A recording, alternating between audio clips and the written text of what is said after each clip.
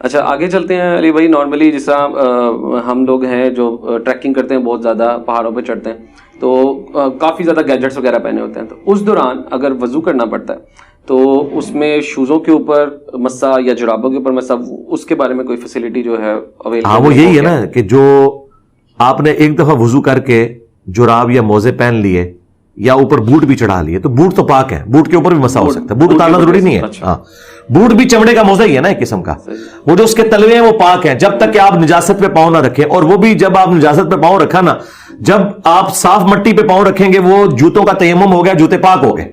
یہ ابو داؤد میں حدیث ہے, کچھ عورتوں نے شکایت کی رسول اللہ ہماری ابایا زمین کے ساتھ لٹکتی ہے, بعض اوقات گندگی سے گزرتی ہے. آپ فرمایا گندگی کے بعد اچھی جگہ بھی آتی ہے جہاں پہ وہ رگڑ کھاتی ہے. انہوں نے عرض کی کہ کھاتی ہے, آپ فرمایا وہ پاک ہو گئی.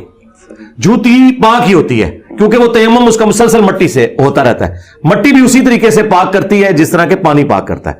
اب آپ نے ایک دفعہ وضو کر لیا تو آپ ہیں مسافر, تو آپ 3 دن 3 رات تک بغیر بوٹ اتارے ہوئے اس کے اوپر مسح کر سکتے ہیں.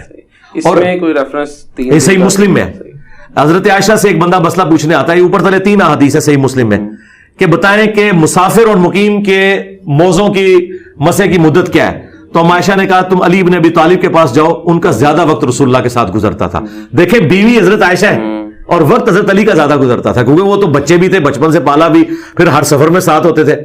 تو حضرت علی نے کہا کہ ہاں میں تمہیں بتاتا ہوں, نبی علیہ السلام نے مسافر کے لیے 3 دن اور 3 رات اور مقیم کے لیے 1 دن اور 1 رات کی مدت مقرر فرمائی ہے. جب ایک دفعہ آپ وضو کر کے پہن لیں تو آپ یہ 24 گھنٹے اور وہ آپ کے 72 آورز ہو گئے, تو اس کے اندر آپ دوبارہ اتارے بغیر آپ یہ کر سکتے ہیں, مسا کر سکتے ہیں, یعنی مسا کر سکتے ہیں. ہاں لیکن یہ والا حساب دھوئیں گے, ہاں یہ وضو آپ نے پورا کرنا ہے. اور اگر آپ ٹوپی کوئی مسلسل ایسی پہنے ہوئے نا تو ٹوپی اتارے بغیر اگر آپ کا مسلسل سفر ہے نا تو صحیح مسلم میں موجود ہے نبی علیہ السلام نے موزوں پہ بھی مسا کیا ہے اور پگڑی پہ بھی مسا کیا ہے. پگڑی پہ مسا ہو جاتا ہے. اور جرابیں یہ جو عرب کی تھیں. اچھا میں یہاں سسٹرز کے لیے بتا دوں, سسٹرز اگر وضو کر کے ایک دفعہ حجاب پہن لیں, جو مسلسل حجاب میں رہتی ہیں, انہیں دوبارہ وضو کے لیے حجاب اتارنے کی ضرورت نہیں ہے کیونکہ نبی علیہ السلام نے پگڑی نہیں اتاری, اس کے اوپر ہی مسا ہو جائے گا 5 نمازوں تک اگر مقیم ہے, اور مسافر ہے تو 15 نمازوں تک. لیکن ظاہر ہے وہ والا تو فیسلٹی وہ نہیں, رات کو سوتے وقت تو اتارنا ہی پڑے گا نا 12. تو یہی میں پوچھنا چاہ رہا تھا, جو موزے ہیں اور جو ہماری یہ جو کاٹن کی ساکس ہوتی ہیں اور جو عرب کی ہوتی تھی چمڑے والی, نارملی زیادہ تر ہم یہی سنتے ہیں کہ ان کے اوپر آپ مسا کر سکتے ہیں. عرب میں بھی یہ والی استعمال ہوتی تھی, یہ علماء نے مشہور کر دیا ہے میرے بھائی. یہ 2 الگ چیزیں ہیں. عربی میں چمڑے کے موزوں کو کہا جاتا ہے خفین, اور جو ہمارے یہ کپڑے کے موزے ہیں یا اون کے انہیں کہا جاتا ہے جرابین. جرابین عربی کا لفظ ہے, یہ اردو میں جراب بنا ہوا ہے.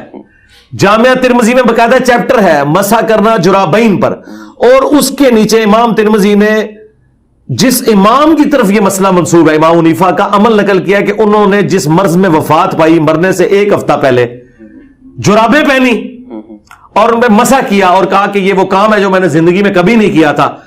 امام حنیفہ اپنے اس غلط فتوے سے توبہ کر کے فوت ہوئے ہیں.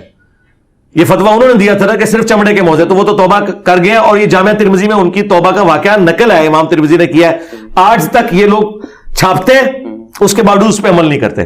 تو جورب کی حدیثیں الگ سے ہیں, خفین کی الگ سے ہیں. یہ تو اسی طریقے سے میں پگڑی کی حدیثیں بیان کر کے ٹوپی کی نفی تو نہیں کر سکتا, ٹوپی کی ہاں وہ لادہ سے ٹوپی کی, تو یہ دونوں الگ سے ہیں, خفین بھی جرابین بھی. جو یہ کہتے ہیں نا جی اتنے کلومیٹر چل سکے پھٹے نا, یہ خود سے انہوں نے کہانیاں بنائی ہوئی ہیں. اور یہ جو موزے پہنے ہوئے ہیں نا, جتنے انہوں نے شرطیں بتائی ہیں نا, ان کے تو چمڑے کے موزے بھی وہ شرط پوری نہیں کرتے. صحیح ہے. اچھا علی بھائی, اب اگلا ہے تیمم کرنے کا طریقہ, کہ وضو کے لیے پانی اویلیبل نہیں ہے اور آپ نے وضو کرنا ہے.